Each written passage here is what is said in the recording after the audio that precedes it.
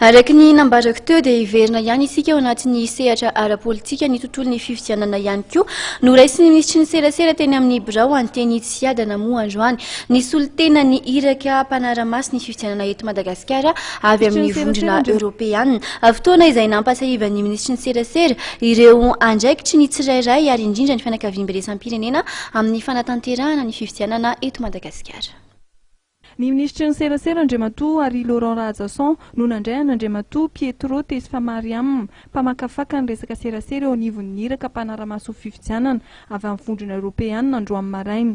Nampiatsainy ny minisitra tao anatin'izany fampiresahana izany ny amin'ny lanjan'ny feikevitra izay avoakan'ireto iraka manoraka ireto ka tokony mba hisian'ny fanara-maso hatrany fotony meloa mandritra ary aorian'ny fififdianana.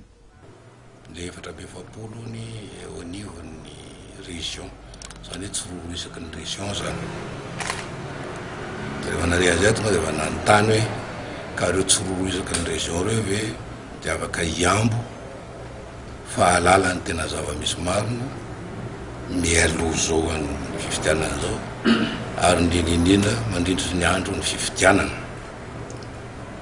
satria hoa ny tany lavitra ny lalana sarotra meko ohatra raha moa le observateur anankiroa meva tanàna vita amin'ny masoko tamin'izany tany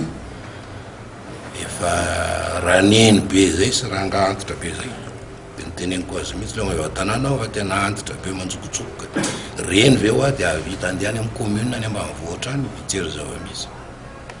dia namaly moa izy hoe extrait le izy zay méthodologienay zavatra teknika zany navalitsy niteneniko azy hoe tsy mitovy amin'ny any aminareo any ny aty dia nambarako azy mazava amin'izay hoe ny antony dia tsotra hoa nanao tanotaniko an'izany ny union européenne dia efa fantatritsika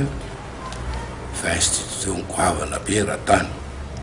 Raha ny resaka tamin'ny mpanao gazety kosa minisitry ny serasera dia nanome fanazavana amin'ny filakevitry minisitra Omaly mahakasika ireo tepoka mbola tsy lavrary amin'ny fanatanterahana ny fififdianana tepoka izay tokony andraisana fipetraingana.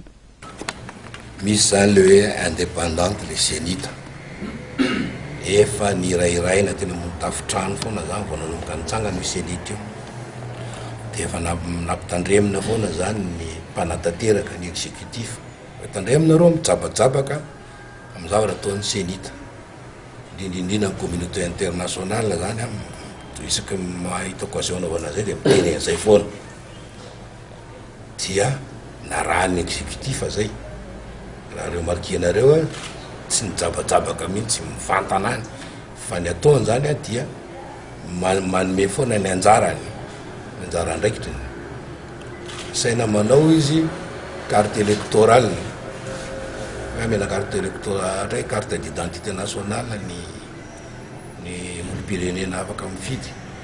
dia namoaka mivola momba an'izany mihitsy izy dia nanao an'le opération na dia tsy vitany hatramin'ny farany ary no niresaka hoe tsy fampiny vola sy ny antony maro samihafa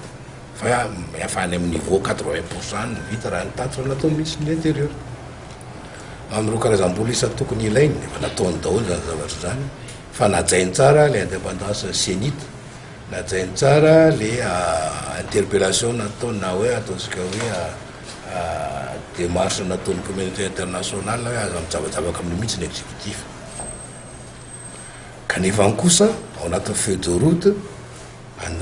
anjarany article 8 milaza paragraphe 8 milaza hoe anjaran'ny gouvernement